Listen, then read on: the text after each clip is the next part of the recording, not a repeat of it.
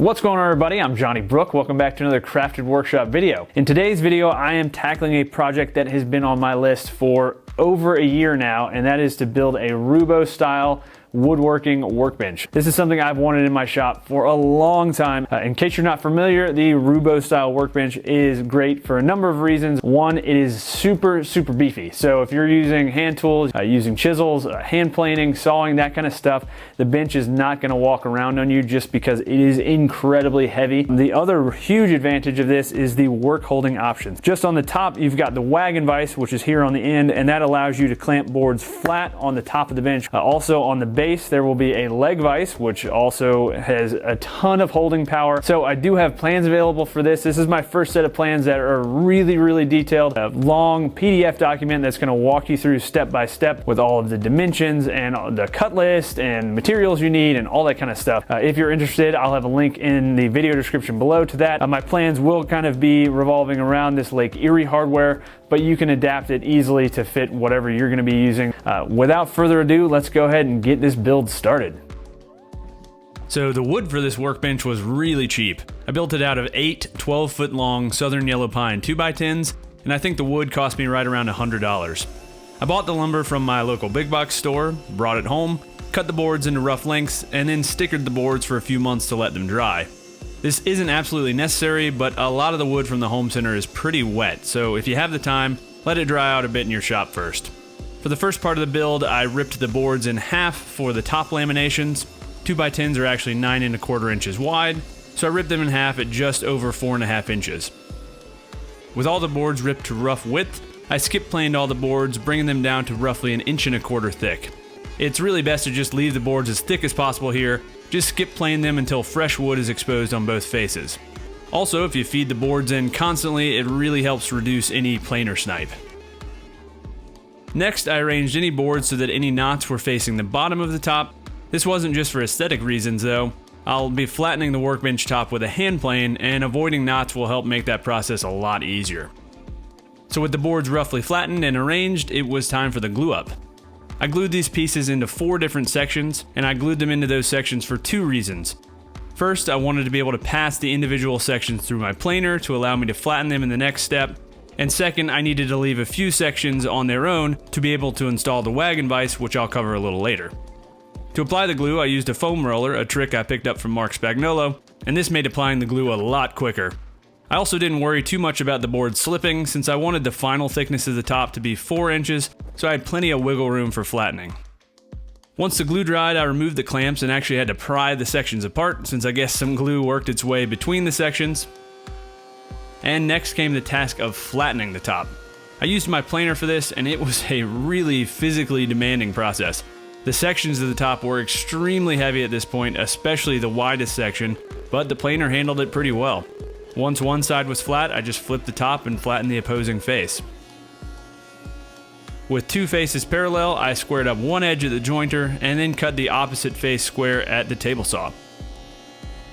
This was a little sketchy since these sections were so heavy, but it ended up working out pretty well. You could also do this with a circular saw and a straight edge. I had to make a pass, flip the section, and then make another pass to cut all the way through. Here you can see the other parts of the top, which I had to keep separate, again for the wagon vise installation. Next, I needed to square up the ends of the top sections. I did this at the miter saw, making sure to drop it first. That really hurt. A 12-inch sliding miter saw really comes in handy here. With the main section of the top squared up, I cut the dog block for the wagon vise from one of the other sections.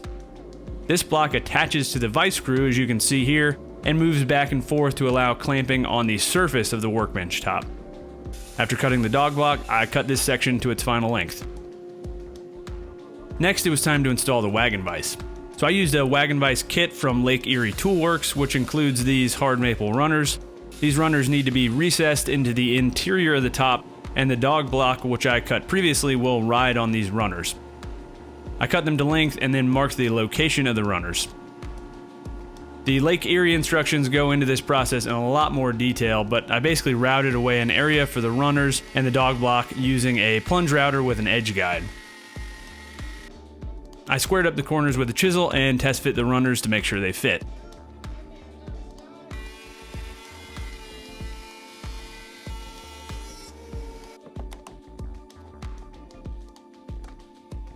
Next, I needed to mount the runners using the included screws and washers from the Lake Erie kit. The holes in the runners are oversized to allow for fine adjustment later. I just pre-drilled the holes and then installed the runners. And this HDPE block is what the dog block will ride on within the runners. So with the runners installed, it was time to finally glue up all of the top sections together. So to eliminate as much slipping as possible during the glue up, I used dominoes for alignment. You could also use biscuits or dowels here. I marked the locations for the dominoes and then cut the mortises using my Domino XL. Before the glue up, I also needed to install the end cap nut for the wagon vise, also included in the Lake Erie kit. To do this, I drilled holes for the included lag screws and also added dominoes to keep the alignment for the end cap set.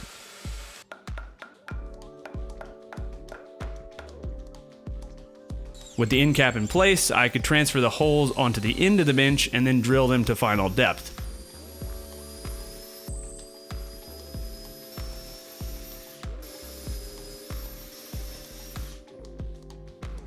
After transferring the holes to the end of the bench, I enlarged the holes in the end cap to allow the lag screws to pull the end cap tight against the bench and also to allow for movement in the top.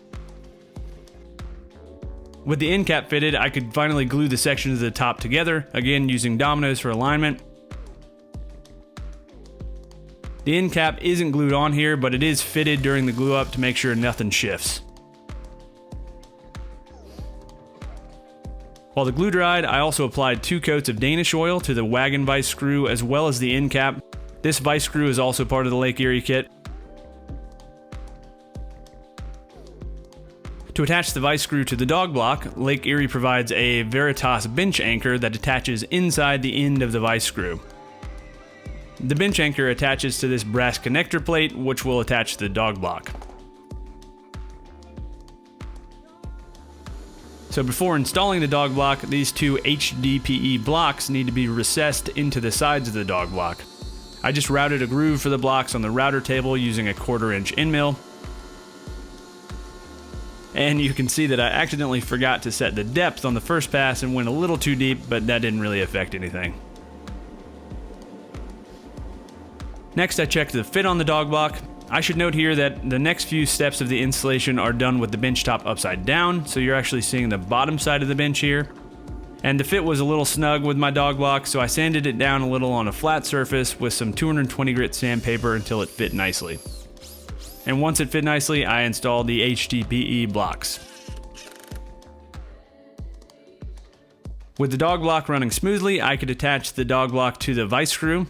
This involved drilling out a hole in the center for the bench anchor bolt to be recessed in, as well as drilling holes for the connector plate screws. Once the holes were drilled, I attached the connector plate to the dog block with the included screws, and you can see here how the vise screw moves the dog block in and out using the included hardware. I reinstalled the maple runners using the holes I drilled earlier, leaving them loose. And to get the spacing right, I took 2 pieces of paper and put them between the runner and the HDPE block, and then tightened down the runners. I did this on both sides, and this sets the gap between the runners and the blocks to keep the dog block moving smoothly without too much play.